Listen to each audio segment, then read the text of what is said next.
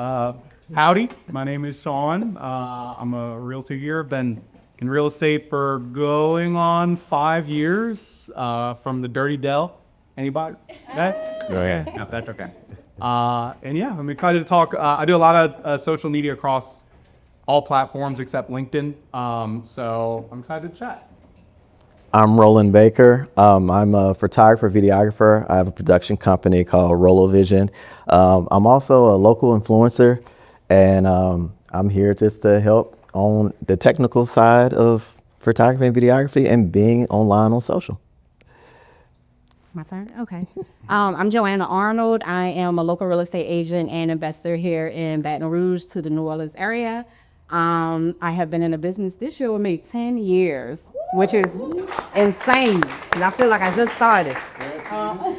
Don't do that. I use primarily Facebook and Instagram for my social media platforms. Those are my two primary ones. And I'm happy to be here, y'all. I'm glad y'all showed up.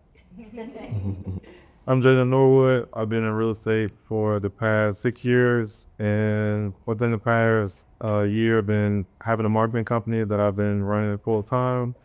Still selling houses at the evening, not sending to doing.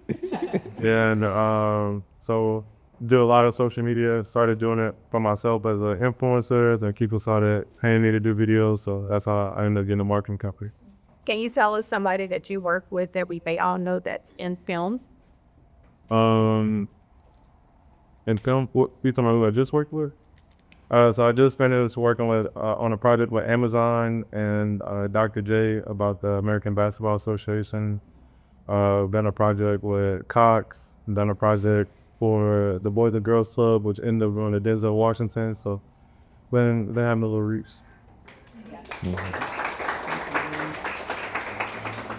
I have to say something. When Jalen first got started in real estate, I was his coach. So I feel like a proud mom. Or indeed, or So with that being said, we're gonna go ahead and get some folks for you all on here. We're gonna go ahead and get started.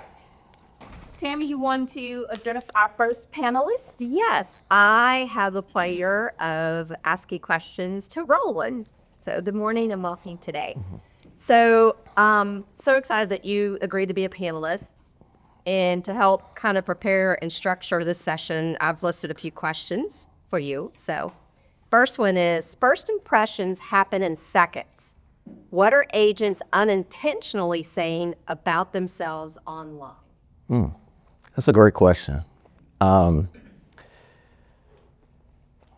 would say that most agents and most people in general are not saying anything bad online, but they're not saying anything memorable. The biggest thing is first impressions is, am I going to keep scrolling or am I going to catch your attention for you to qualify the next couple of seconds? And that's the biggest thing you want to think about for your online presence. What does your digital footprint say? 90% of our information is perceived through our eyes. So if we go through our websites, if we go through the graphics that we post, the social media, even our business cards, what does it say? Thank you. Joe, your brand has been built on education. Bye-bye. Why did you choose teaching over trains? That's a great question. So for me, when I first started social media, my thing was, how do I actually gain an audience? Because I'm from New Orleans. So when I got here, people would tell me, it's your spirit, right? Your spirit. You got to reach out to your spirit. I was like, wow, yeah, I have no family here. Like, I'm literally it's just me and my husband and my kids. So basically, what I thought was, if I could educate people and let them know that I was the expert in the market without having to pick up the phone, I was like, how do I reach the most people? I'm not from here. I don't know people. I don't have people to call. So that was how I kind of started with that. I was like, how do I educate people and let them know that I am here, right? And show my personality, but also give them information that they're lacking so they know that I'm the market expert and they actually want to call me. So that's how I did that. Thank you for that. Okay, Shawn. A lot of agents want visibility but fear judgment. How did you push past that? So it some ways I think a lot about the amount I post. I post a decent amount, sometimes like multiple times a day. So whenever I'm posting a good bit, I almost also kind of think about that. Not necessarily like one post is going to be the one post that everybody like judges a person on. So I post a lot, and I still get a little fearful about judgment, honestly, like because the more I've kind of grown, the more I've thought more about like, oh God, I'm a little worried if like people see a little bit too much of. So honestly, I'm not too great at that. But whenever I was first posting, whenever you don't have like that many followers, I really did not care too much about. I was just like, I'm just gonna post, and if people judge me, I don't really care. Right now, I'm starting to care a little bit more because I'll get some some mean comments or some people like stitch something or like make a video about my video, and I'm like, oh crap, people are like actually watching. Hell yeah! So like now it's something I really think about. But when I first started, I was like, Yeah. a little bit like more like whatever. So, but I also just really like doing it. And I think when you really like doing something, even if you get done by it, you keep rolling. So what I'm hearing with that is you became more intentional. You've gotten more intentional over time with your videos and what you're posting. Oh yeah, my wife probably gets annoyed by this, but I'll make a video and I'll be like, hey, what do you think? And she's like, it's fine. But I'm like, okay, just wanted to double check before I post this. So yeah. Okay, Jalen. You didn't just build a personal brand, you built a company brand. Or did we already ask this? Okay, good. Sorry. You didn't just build a personal brand, you built a company brand. What came first, the vision or the visibility? That's a great question. So building myself as a company brand versus a personal brand. Once the 1099 started coming in, I realized like, oh, I'm a self-employed independent contractor. I'm not just me. I was thinking, okay, I could either be just a realtor or just to be an empire. So if I want to build an empire, I need to think about it from a very basic atomic state. Start off small and then build from there. So I just broke everything down to a fundamental level and then built from there as a company. But to do that, I had to have vision. I had to see where I wanted it to go, how I wanted it to be. And then with the vision, that's when the action came in. Because if I don't have any action, then the vision is just a dream. So put the action in with that, and then that's when the visibility came. And once I got the visibility, they helped me see, okay, this is what I'm working with. And now my vision started to evolve. The more visibility came, then my vision started to evolve, the more visibility came. But it wouldn't happen without the action. My vision first. Joe, how did you decide what to teach online without giving it away and giving too much for free? Because you want people to contact you, Right. and not just give it all to them at once. So basically, I think as realtors, we overestimate what people understand. So we talk like a language to each other, and we talk a language amongst, like other realtors that to us, that's normal. But what I notice is like with the general public, a lot of the things that we're talking about, they have no clue what it is.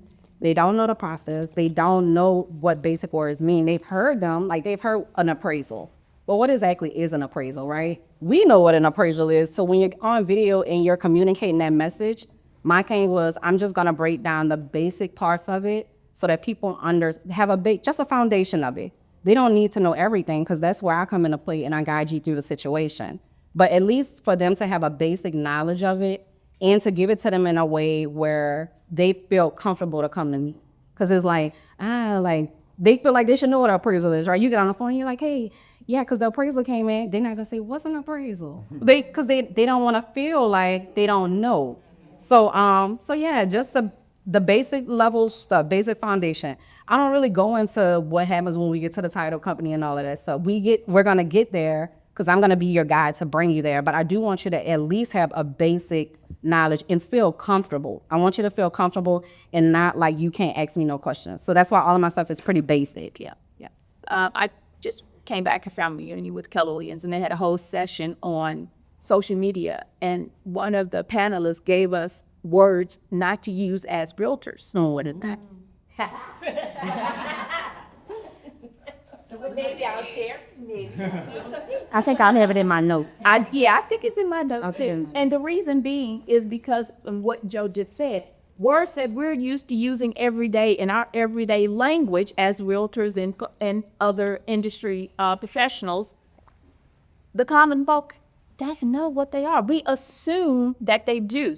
And so what you're doing is amazing, just giving them the basics and then being the go-to, Joe Lopes. Right. So they contact Joe. Okay, so Shawn, did influence come before business, or did business come because of influence?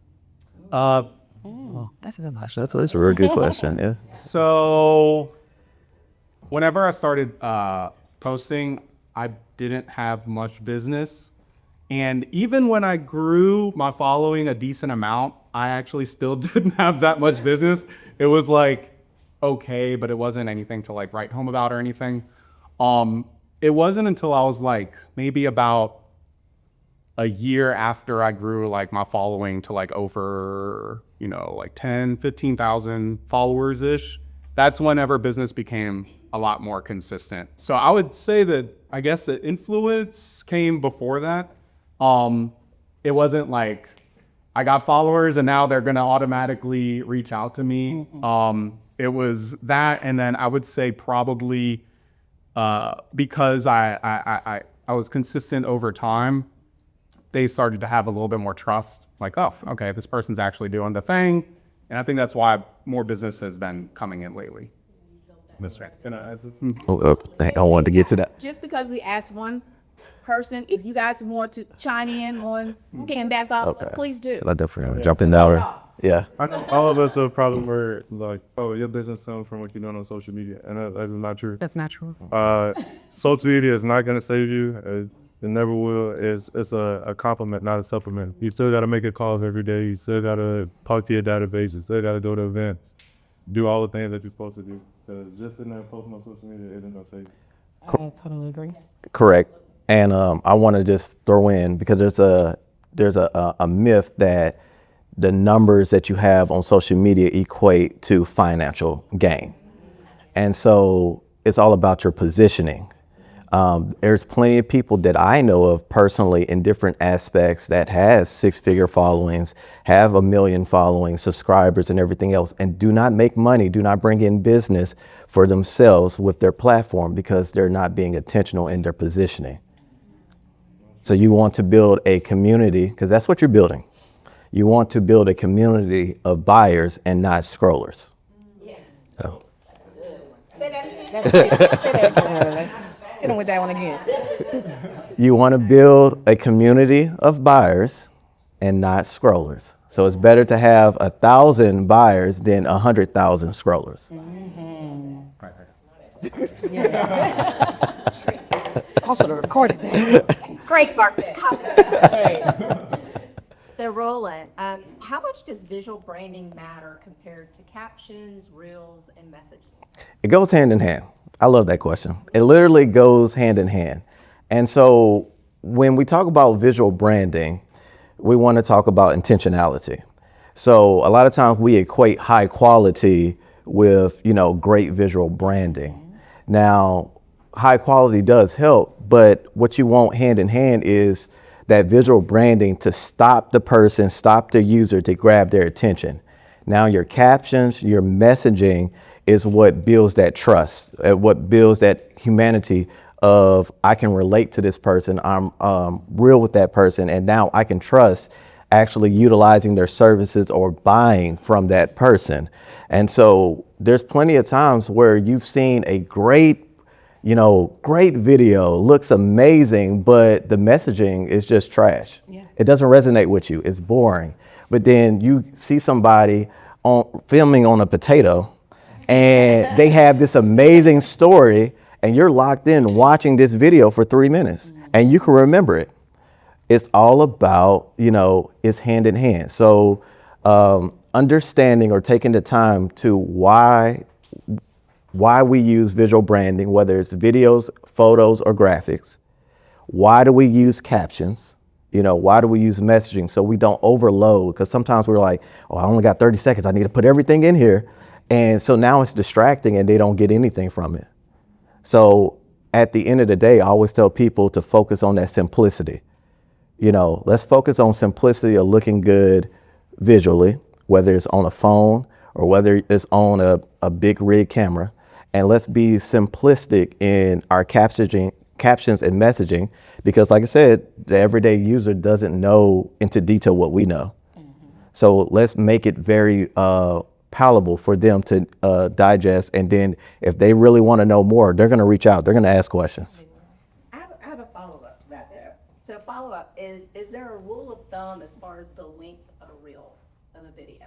That changes so much. It literally changes so much. I think the thing is having clarity of why you're making it real. A lot of times we're just kind of throwing stuff out there and there's no clear message. I always like to tell people, when you're doing a reel, specifically for video, before you start, ask the question, what do you want the people to get from watching this? And then from there, you can build something clear and simple from that. I want to follow up, because this is something where he's talking about like things are like changing all the time.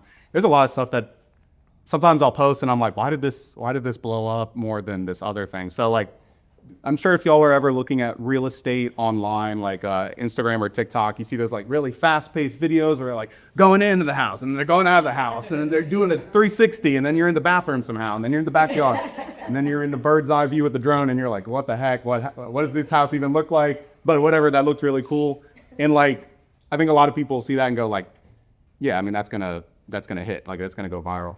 And then you'll see, like, I remember I made a video like that and then it did okay. And then I made another video where I was just like holding my phone, and I was like walking through the house. And I was like, yeah, and these are the hardwood floors. Those are really nice. It was like a 10-minute video. It was way too long. I was like, this is way too long. Whatever, I'm just gonna upload it. And then everybody was like, oh yeah, man, I really liked when you got into, oh man, that was a nice backyard. I'm like, the backyard was at like the 9-minute mark. Like I was like, so like, in some ways, it's kind of just like an algorithm change. At some point, the 5-minute, 6-minute videos on short form is gonna probably go out, and then they're probably gonna go back to the shorter, punchy stuff.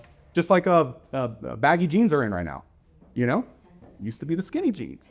Go back to the skinny jeans. We're gonna go. I'm with you on that. I want the skinny jeans. More flat. Teachers. Joe, what made your content feel relatable instead of preachy and salesy? So I'm just authentically myself. That's it. I'm not gonna lie, when I first started doing videos, I used to literally cringe at my voice. I was like, oh my God. I was like, I sound like I'm from Uptown. Oh yeah, that's where I'm from. But I sound like it. Yeah. And so what I did was, I was like, you know what? That's just me. That's me. That's how I am. And I was like, if people like it, they gonna like it. And what happens is you attract your people, right? When people call you, it's gonna be the easiest conversation because they just like you. So when people call me, they like me. Of course, I'm educating them, but they like me too, right? And so when I'm on the videos, sometimes I may be in gym clothes because I'm in gym clothes a lot. Yeah. And so I might show up to a Shawn in gym clothes because you know that's possible because you see me on a video and that's just how I was. I show up exactly how I am on those videos. That's how I show up in real life. And I think people really appreciate that, right? Because when I show up, they know this is genuinely who she is and she's not trying to be anyone else. Yeah. You should know herself. It's about being authentic. That's it. Don't be that you're not. Mm-hmm. Don't be what you're not. And especially in the age of AI, kind of putting those two answers together. I mean, we see a little bit of, there's too much, a lot of things are just fabricated. And the one thing that we all have in this room is authentically us. That's the one thing that is different between all of us. And that's the one thing that everybody can gravitate towards. Like I was listening to one but Keith Lee, you have 18 million followers. They're sitting there on the front camera, like not high or juice, not high pepper or anything. Just talking about what he think about food. and people just gravitated towards it because it's authentic. I didn't put my blood, sweat, tears, life, firstborn, everything into a video. So I really, You're right. And it doesn't do well at all. Watch a video after this. so just be authentic and don't think to do it, and have the vision when the visibility comes. Because I mean, most of the time we first start out, you don't have that many followers anyway, so it really don't matter. It's a I love Jalen. Okay. All right, Jalen. How did branding help you attract the right agents, clients, or opportunities, not just more of them? So for me, I had to lean into my youth because I got my license at 18 years old. And so being 18 years old, how can I convince a grown tax-filing adult that's taking them to the daycare, their boss getting on their nerves to sell them a house? And so leaning into my youth of, okay, I have tech on my side, so let me show the different tech things that's happening within real estate.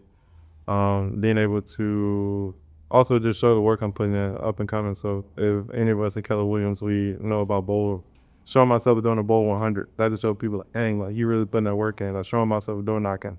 So showing the work that I put in allowed me to lean on my work, even though I didn't necessarily have the closings to show every single week or whatever. So being able to lean into that, people willing to help somebody that they feel like it was making it versus somebody that looked like they made it. And so just using that to my advantage allowed me to attract the right tribe. Also, I was raised by a single mom, so I started a project called the Key Project. Then those single moms get the resources they need in order to purchase homes. So I partnered with different businesses and just made a social media campaign around it. And so out of that, I had 72 parents signed up, and a lot of them just needed somebody in their corner to say that you can do this. And out of the 72 single parents, 7 were able to convert and purchase a home. But just being able to lean into my stories. So being able to lean into my story on who I am and also where I come from, that was able to help me grow and attract the right people. And like Joe said, you probably tried, but it didn't. yeah. Look. What? Okay. All right, Roland. What's the biggest mistake agents make when choosing brand photos? Tell it please. Take it easy. Just take it easy. Handle us with kid and glove. Okay.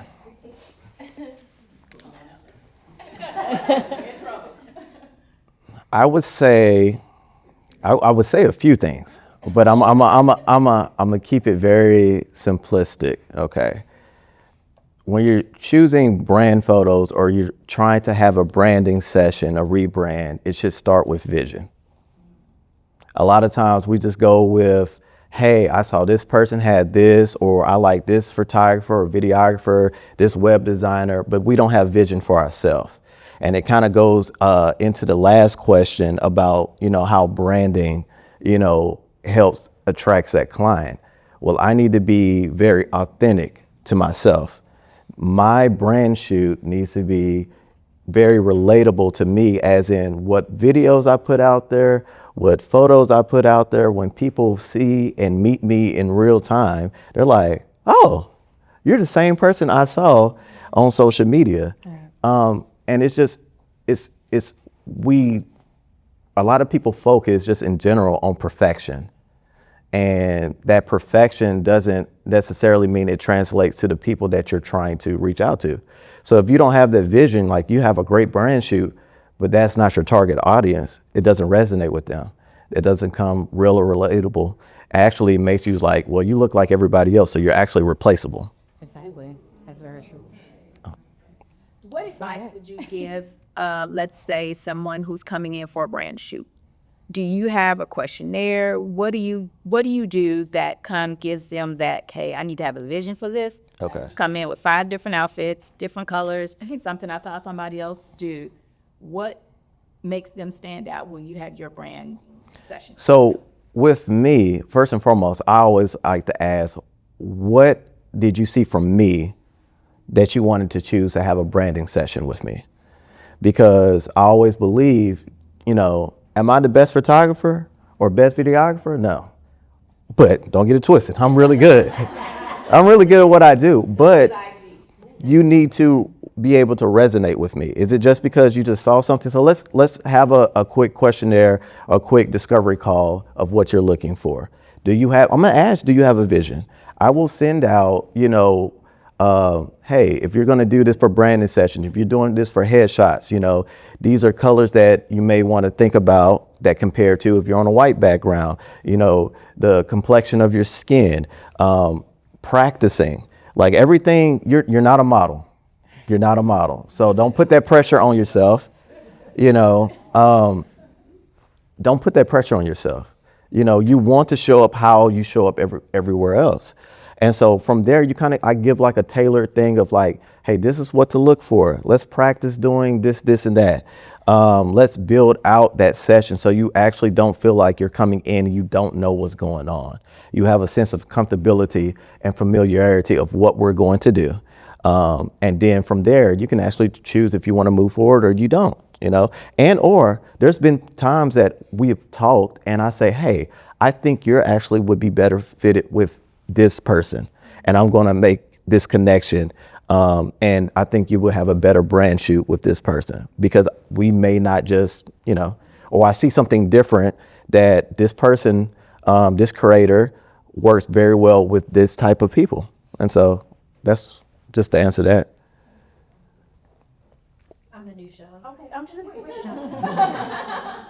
Jamie, like, what branding mistake do you see newer agents make when they're trying to look established too fast? That's a good way. And I'm 1,000,000% good to this, so we're coming up. But it's on those big, nice, luxury, thick homes that are super nice.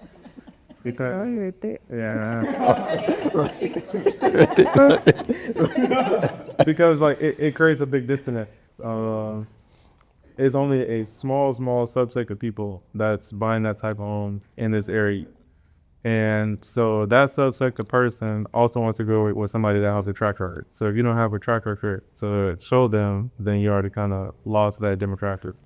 Also, I mean, I know for me, and maybe all of us, our bread and butter starting out with first-time home buyers. That's how you really establish a name for the most part.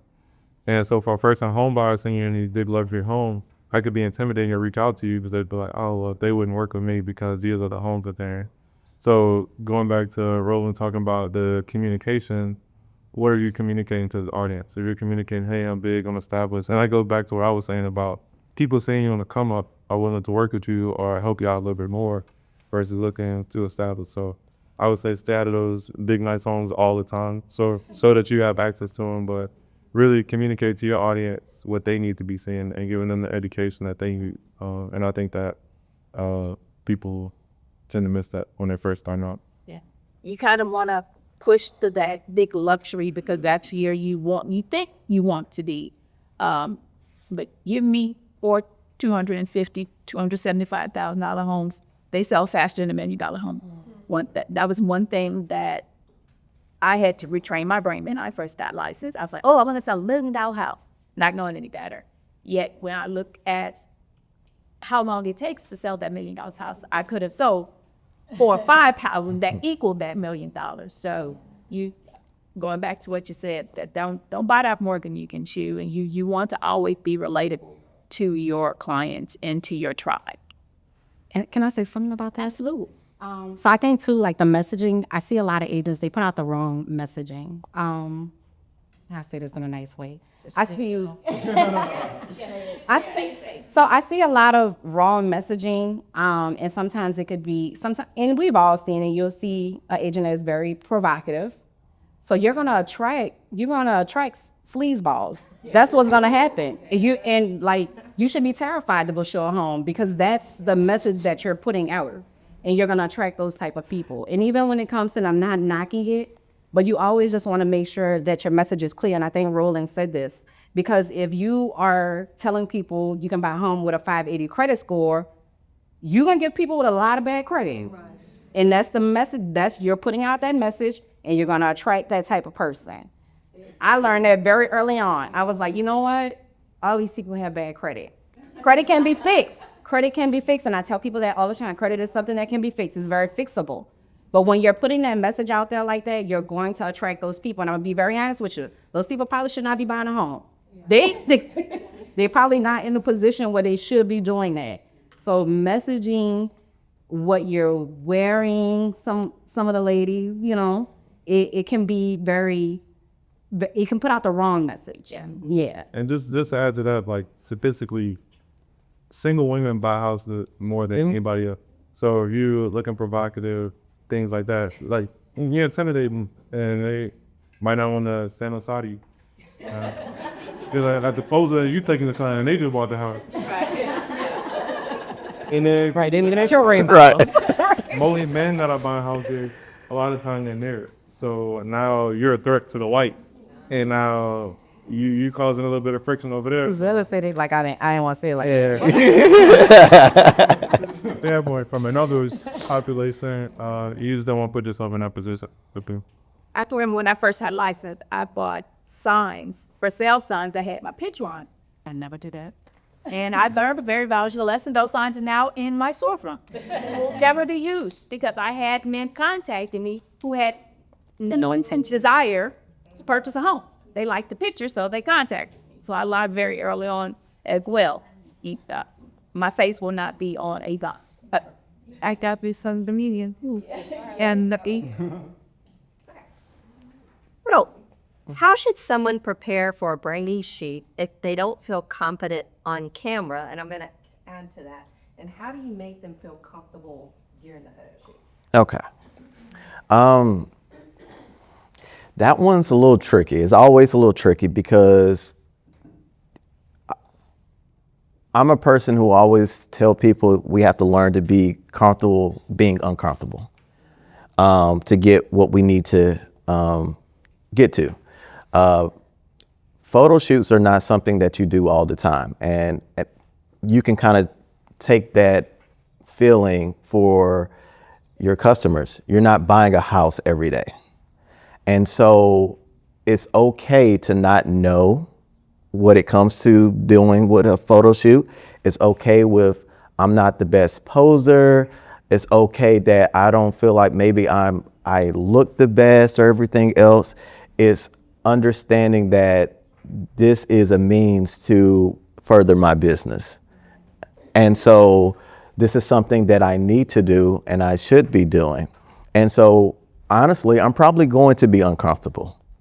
But what I can do is I'll tell people like, look, get whoever you have, friends or family, just go out and just take some photos on your phone. Get comfortable of just seeing yourself from different angles than not the angles that we take of ourselves. Because we look at ourselves all the time. So we know the perfect angle and we need right here, this lighting. But once you get in front of a photographer, you truly see who you really are. I'm so awkward. And so the thing is, you want to continue to build yourself up. So if we're in a branding session, I'm going to take your time. We're going to warm you up. I'm going to give positive affirmations, and understanding that, we look at each other every day. We look at ourselves all the time. We see all our flaws. 90% of the people do not see what we see. That's true. At all. They don't even remember what you wore. But we was like, well, I wore that, 3 weeks ago on a Tuesday. I can't wear that again. Like, I got to give that some more time. People don't even remember. So it's like, we have to give ourselves grace. We literally have to give ourselves grace. And so the more that you do something, whether it's on a phone, the more that you get on video and talk, the more comfortable you'll be, because it's a skill set. Like, you just have to do the repetition of it. What do you think people, for any of you, really want to see? Like the people you're trying, what do they want? Do they want to see that you are a part of the industry and what you're doing in the industry? Do they want to see the after effects, which is, just the whole, what do people really want to see from a person that would go ahead? And I guess a sales person, but without being selly. So, most of my, pretty much all my clients that I get from social media, they're all people that are buyers, some people that are living in the area, but I get a lot of people that are moving from the area. So I do a lot of things that I think would be valuable for those kinds of people and people that live here. So I do a lot of Baton Rouge focused content, and Baton Rouge focused content just happens to post in Baton Rouge. And when people are like, oh crap, I'm moving to Baton Rouge, and then maybe my video will pop up. And then they get to learn more and more about the place that they're about to move to.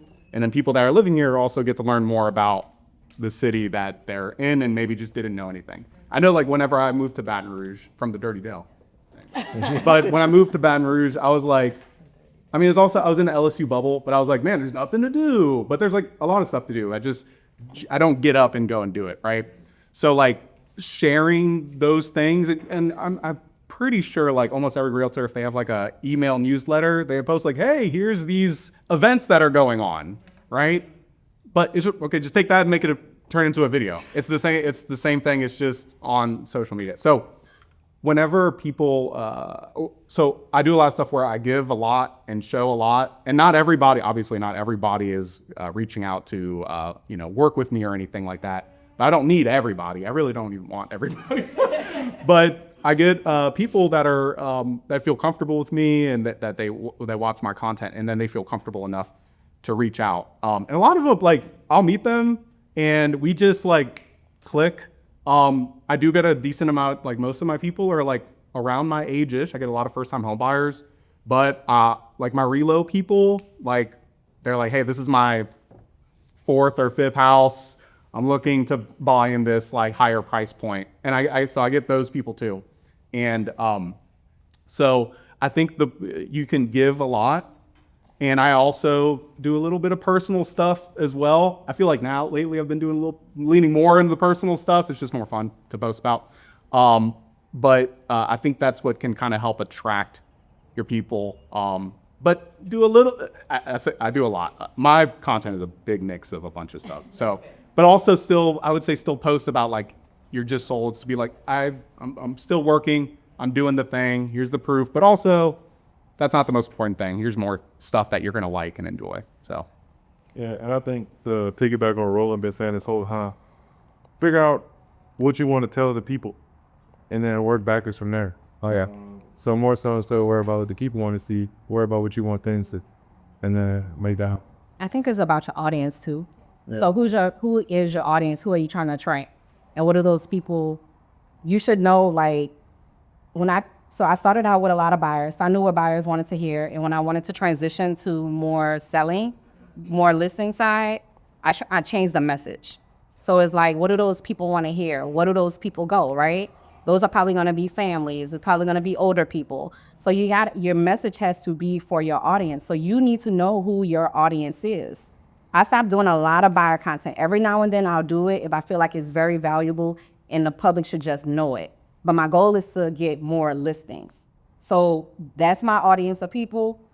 Everybody not gonna watch it, but it ain't for you. It's for them. Yeah, because those are the people that I want. I would say, to kind of nail down even more in the focus of what you asked, people are looking for authenticity. They're looking for being real and relatable. Mm-hmm. And so, like I said, you have to go back into the consumer. If you're not buying a house every day. So I want to see a person that I feel comfortable with, that I can trust, that I can relate to, because this is honestly a scary thing for me. I don't want to mess this up. This is a big purchase. This is something that, like, if I'm buying a car, like, I need to make sure that this person is guiding me to make sure I have the best decision and best opportunities and possibilities before. So that's why it doesn't hurt that, hey, I can relate because he talks about this, and that, and Baton Rouge content. I can relate because, I see this person loves also basketball or something else. So it's not that human side of, like, I understand that you're a realtor, but who else are you? Because we don't sell homes, we just sell ourselves. Because people will buy a house anyway. Mm-hmm. Yeah. Yep. Buy a home. We sell your relationship. Yep. Yeah. They want to be my friend. Think about building a relationship through social media. And then at the end of the day, what we do in whatever category you're in, whether you're a real estate agent, whether you are a title person, whether you are a lender, you still have to build the relationship. And you build it through social media. So people get to know who you are before you even meet through social media. So, Okay, I just got a quick question. Specifically for Joe, as a mom, I understand the authenticity and being relatable and everything, but I rarely post about my kids because of one, the climate and just people are weird, and so I'm very cautious. Oh yeah, you should go. But I noticed that you post them, and it'll be like on your stories and stuff. And if anybody else will chime in, but how are you comfortable enough with posting them? Like to get over it or get it out of your head because, like I said, my kids are people love the content. Yeah, I post them, and that's not about making them content creators or these little influencers. It's just that I do want to become or more valuable, more relatable. People understand. I mean, my clients know that I have kids. Yeah, and just like he's like, you married? Harold, kid, you. You was pregnant for like 2 years, I felt like. She be said I was for whatever. But I don't post a lot about my family, and just because one, my husband is not big in social media, but two, just weird. So you can pick and choose. So for me, I feel like you don't have to reveal your whole life. Like I'm a private person, believe it or not, I'm very private. It's a lot of stuff that y'all don't see. It's a lot of stuff that I don't post. I don't take my phone out a lot when I'm in certain places. I'm very intentional about the stuff that I do post. With my 15-year-old, so my 21-year-old, he's probably never on social media because he don't like it. He used to like it when he was younger. Not as he's older, he really don't want to do it. And so Trey, everybody know Trey. Mr. Daisy, that's right, Mr. Daisy. He used to be angry man for a long time because he was going through that phase of anger. But I only post Trey in my stories.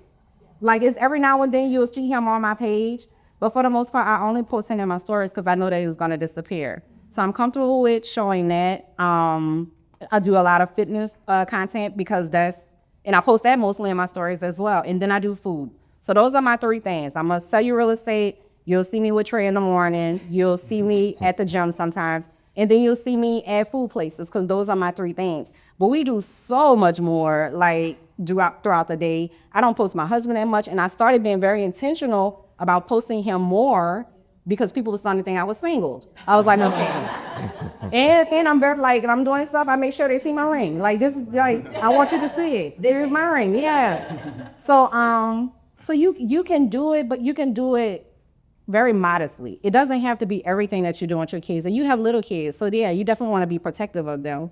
So you can just choose, what do you feel comfortable with? Do you feel comfortable with maybe y'all being at a park or something and you highlight the park? You're there with them, but hey, this is the Goodwill Park. You know, I bring my kids here sometimes. I love this park and this is why I love this park. So you can still flip it. So when you show them a little bit, you ain't even gotta show their face, just show them running away. Yeah. Like, yeah, so you can be very intentional about what you show people. It's even with your husband. And then for you, Di, I mean, you're a horrible driver, so I would leave you somewhere. 2 years ago. Tim, I did in the parking lot today. I need to get some medical glasses so I can prove I was. It was him. Still trying to hit me. But what you guys say, it's something that you have to be comfortable doing so it will be authentic. So I would say if you're nervous about telling your babies, which is fine because I do milestones and moments that can relate. But it took my son and me being a little bit comfortable with showing him not talking. I had to be comfortable with doing it first so that way it didn't look like I was forcing you. Yeah. So I think it comes to like, what are you comfortable with so it doesn't look like you're forcing it on them. Yeah, like I went at her. She shows how she likes to show houses. You go out of town and she goes in there and looks around and she's like, "Oh, here's the bedroom," because she's used to seeing me do things, right? So one of my listings, I was able to do that with her, and she loved it, and everybody loved the company about it, right? So, just more of hearing you say it's okay. Right, it's fine. You just don't have to post it. You just don't have to post it all. It's okay if you're comfortable with it and your children comfortable with it. That's fine. Or you just pick 3 other things. And like, I'm sorry, just to add, like, I do your everything first, and I go back and look at it and see, oh, do I want this to be social media or not? So those are moments that you document and need to choose if you want to post it or not. Mm-hmm. What you about to say, Maggie? Oh, I was just saying, I like how you picked your zone, do food, so people know what to expect from you. I think that's kind of cool. Like if you can narrow down what you show and then people start to expect that and they know that part of you. Right. That goes back to vision. That creates a vision. And what is that vision going to look like? You may start with one and then incorporate others. Okay. Okay, Roland. If you could fix one thing, and that's going to be hard, one thing on most agents' social media profiles instantly, what would it be? Oh, that's actually pretty easy. And that's actually your bio. Your bio is literally the first thing when somebody click on what they see, and they should know who you are, what do you do, and who do you serve. Those simple 3 things. That alone will make you stand out from everybody else. So now they know who this person is, what I'm looking for when I'm scrolling, and that's it. Literally being very intentional with your bio. Okay, Shawn, so be honest. What's the hardest part about being visible that nobody talks about? Hardest part about being visible. And it kind of goes back to what I was saying earlier about second guessing what I'm going to post. That's really my biggest thing, like my biggest hurdle that I have to kind of get over is like, okay, not everybody is really going to like this, or I have to go through, I know I've done this a couple of times. I'll mispronounce a lot of things and I have to go back and go like a lot of like Cajun words and stuff like that. Like, sorry dog. And like, I remember I remember one time I was talking about foodie neighborhoods. So like neighborhoods that are around areas where there's like a ton of restaurants, like the overpass and like mid-city, right? So I was talking about that and I said Perrans, I think, right? I don't know. And I still don't really know. I can't. I remember I looked it up after I was getting flamed in the comments. I was like, oh, okay, that's how you say it. I forgot now. But I mean, really, honestly, ever since then, I go through I go through what I'm gonna say, and then I'm like, I'm going YouTube. How do I pronounce this person's name? Like the Carrie Siraj Community Arts Center. I was like, it's not Saraj. I was like, hold up. I had to like look it up before I got flamed in the comments. So I'm just like, I'm extra careful about those kinds of things, like the little detail that if you kind of miss it, you're gonna get comments on. Yeah. I know that. Honestly, it's kind of funny because they didn't comment about the video itself. They were just like hyper focused on that one thing, but it's okay. Joe, what's one educational video that you almost did not post, but it changed everything?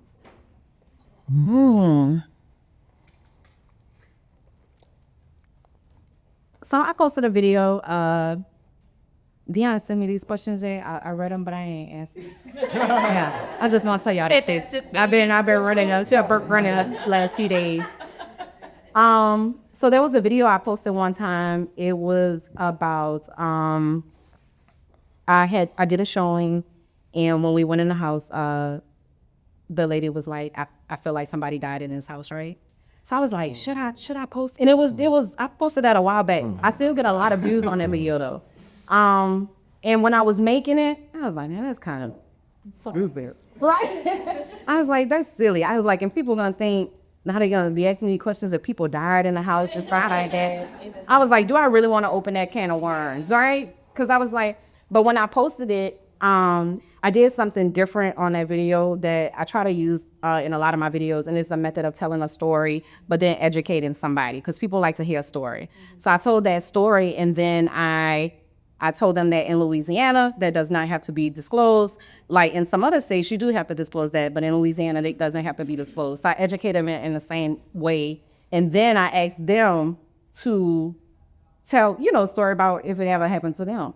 And that post went crazy. Like in the amount of comments that people in the comments just saying stuff and talking about how they went into a house, talking about how they live at a house. It was happening at their home. And it, so that video, I really did feel like, I was like, I don't know if I want to do this. I was like, people, this is just strange, but it took off. And I had a few videos like that, but that one's probably sticks out the most because I was literally just sitting in front of the camera And I just told this story. So you were able to educate in spite of what the video. My goal is always, even when I'm telling this story, like when I'm telling that story because I want to pull something from there that gives them some type of value or information. But people do like to hear a story. Yeah. Jalen, what's something you intentionally don't do on social media that protects your brand? That's a good question. That's a great question. I mean, there's a lot that I don't do. Like, I'm not the TikTok dancing type. So, you know what I mean? It's doing that. But for me, I like to fill in the gap of banners of being culture and also being corporate. That's how I think about it. So, like, just this weekend, one of the biggest rappers in the city, he had a lot of #1 songs on TikTok. His name OB&J. I had him shaking hands with Tony Clayton at the Southern basketball game. But I try not to lean into the OB&J side too much for the Tony Clayton side too much. So I feel like I disconnect from each of my audiences that really lean into what I have going on. Because I do events here in Baton Rouge, so that attracts a certain type of crowd. Business-wise, I was just in New York, and from those things, I was able to go to New York because they seen, okay, well, he's tapping into the youth, but also, too, he can add to what Amazon has going on. So just being able to lean into two almost opposing sides for not leaning too heavy into the I don't do is lean too heavy into the other side. And you stay neutral. Yeah, I did. exactly.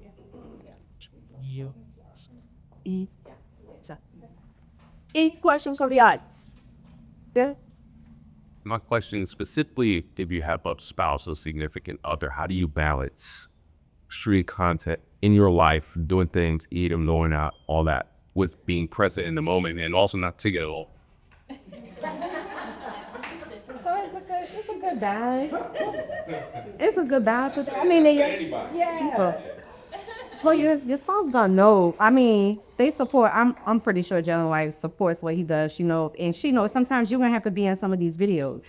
And when me and my husband out, I'm like, I gotta get some content today. So get you.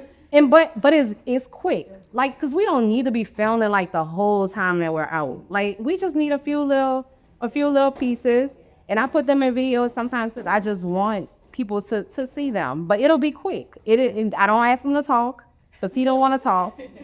But and I even make him. I be like, babe, I need to get some content. I was like, and he'll literally be holding us. I'd be like, oh, come on, do pray.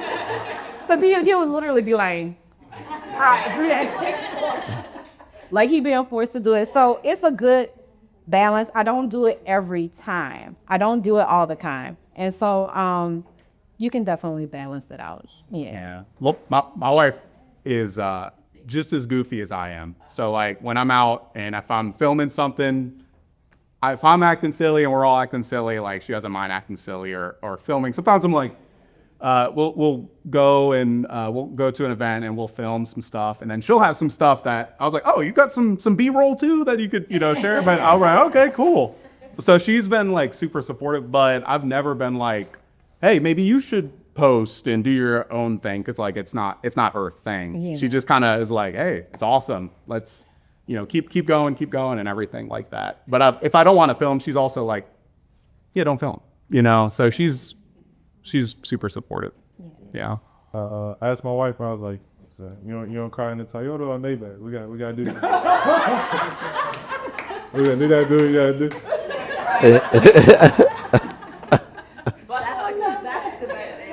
Oh my God. True motivation. Here you got a question. Then you have the question going. Well, first of all, I have a comment. You guys are just all super impressive. No, you really neat. Now, you thought that means to me. Thank you. Really good. I mean, I followed Joe and I followed Shawn, but just that you guys together, it's just really impressive. Another comment. I love that that what you do on social media plays such a big role in just your confidence and your public speaking in general, to be able to do things like this. Mm-hmm. Because I would be, shaky, nervous, right? Just because I don't do that all the time, and I'm not always kind of practicing. So I just appreciate, from my standpoint, being able to learn even in a public setting, like this, where it's not on a screen, but that has helped you guys to kind of come to this place where you can give us this, So thank you for that. The next thing is, and maybe it's just me, my age, I don't know, but I'm always trying to restrict my time on social media. Always. I'm taking the app off my phone. I'm trying to be on it less and less and less and less, because I feel like the second I get on it, I'm just stuck. Cool.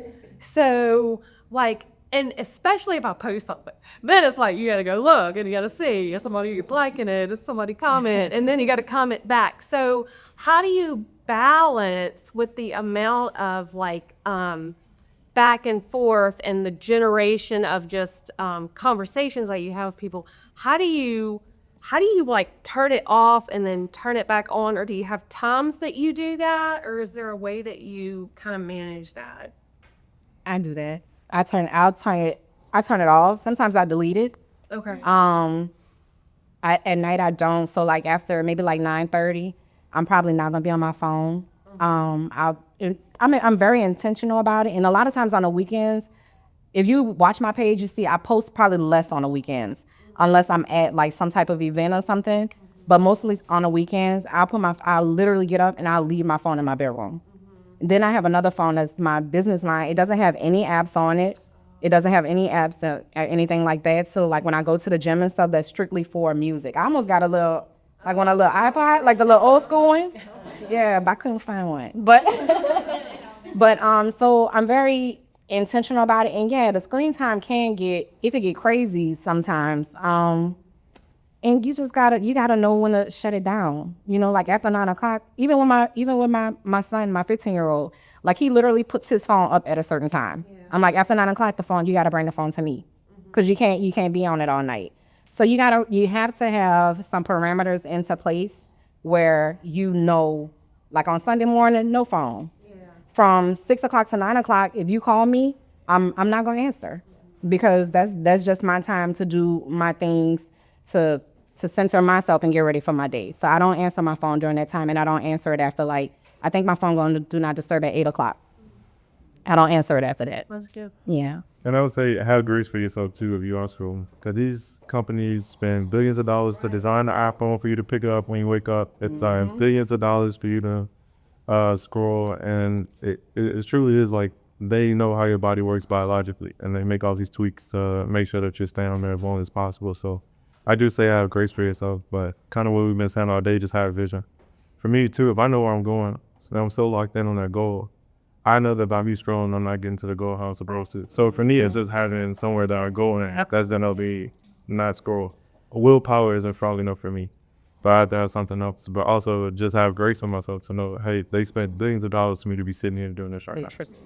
Yeah. If you all could give us one tip from an influencer, from a branding aspect, from education, from marketing, if you guys could just give us one tip that you want us to walk away with.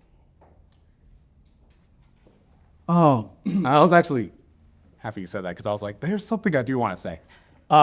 So a lot of the stuff that we're kind of talking about, I don't know about y'all, social media is it's what I do. I don't cold call, or it's just social media. I post, I get leads that come in, and that's how I lead generate. It's that, and then I'll hang out with my friends and family, but I really don't even bring up real estate that much outside of that. It's really just social media.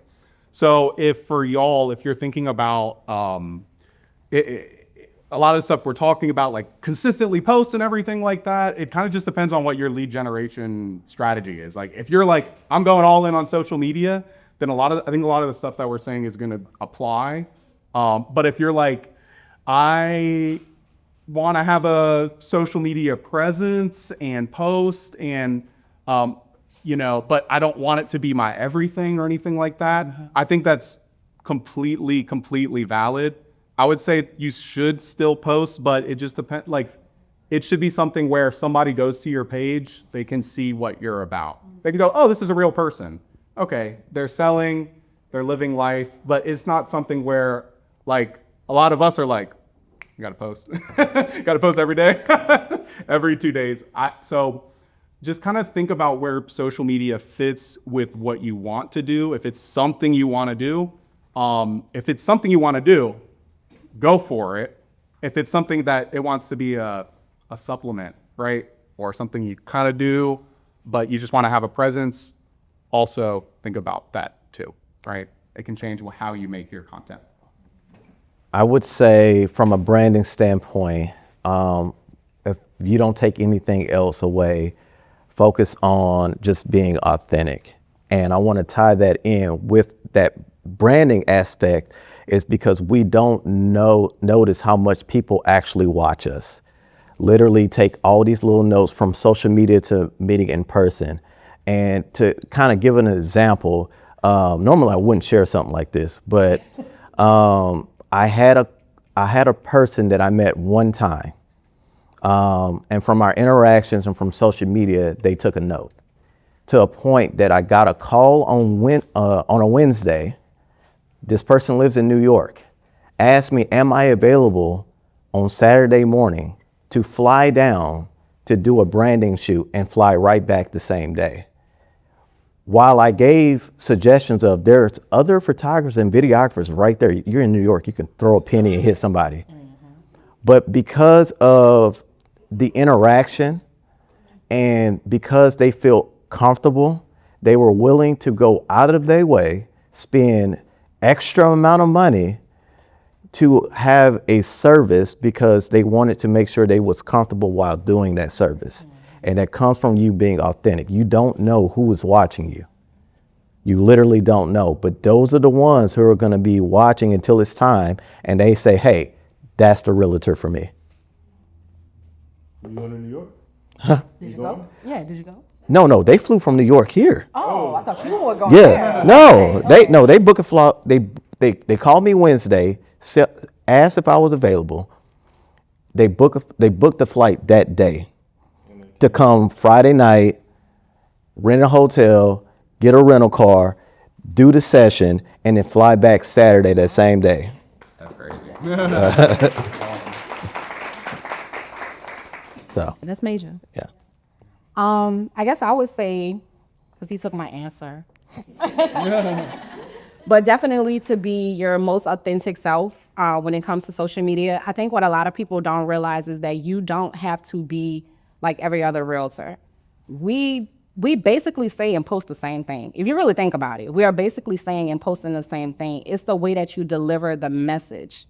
And also in the authenticity is about letting people get to know you, like opening up, letting people get to know you, not being so scripted. I see a lot of realtor content is very scripted. I see a lot of realtor content where it's just real estate. So these people know absolutely nothing about you. They don't know who you are. You look just like the other 15 realtors that they just scroll by. So what is it that you're gonna do to literally set yourself apart? Because like I said, we're giving the same information. We're just giving it in a different way. We're delivering it in a different way. So I would say, leaving here today, you should know who your audience is, because we all have a separate audience. I'm not for everybody. I know I'm not. And I don't want you to come to me if you don't like me. Like, don't come to me. I don't like you either. Like, so don't come to me. So who is your audience, number one? And what's, right, Ms. Panice, right? Who is your audience? What is the messaging that you want to put out there? Who do you want? Your audience wants a certain message. So it doesn't have to be everything that everybody is posting. You need to study that person or that avatar or whatever. Like Jalen said, he has a single mom. So Jalen knows what single moms need. They need credit repair. They need somebody to handhold them. They need a lender that's going to be very communicative and attentive. That's what that client needs. Me, I'm a listing agent. That client needs to know what this process is like, what comes up when a home inspection happens. How do you handle those things when they come about? And then they want to see, for my audience, I feel like my audience is families and older people. Older people love me. So so know your audience and know what the message is that you want to put out there to your audience. That's what I would say. Mine comes from the Millionaire Real Estate Agent book, and on page 56, I don't know what page it is, I'm making that up, but Yeah, right. That boy good. There's a model and there's a triangle that's like this. And at the bottom of the triangle is models. And at the very, very tip of the triangle is creativity. So a lot of us try to shortcut the work, the framework, the everyday things that we need to be doing and try to get creativity to overdo what the models are supposed to be doing. And that puts creativity at the bottom. And you have a triangle like this, fall this way or fall that way. The only way for you to have a strong base is to make sure you're following in those models, having that framework. As young people, we like to call it being structured. That's what we like to be. So just be structured and figure out the models, do the consistent things, and then add creativity to make it grow to what it's supposed to be doing. Try to shortcut what creates through. And especially with us creatives, like we might be guilty of that, or it might feel like the easier thing to do, but you just don't make it hard for yourself in the long run. Dan, was this not informative? Yeah. Thank you. Give it up. I want to thank each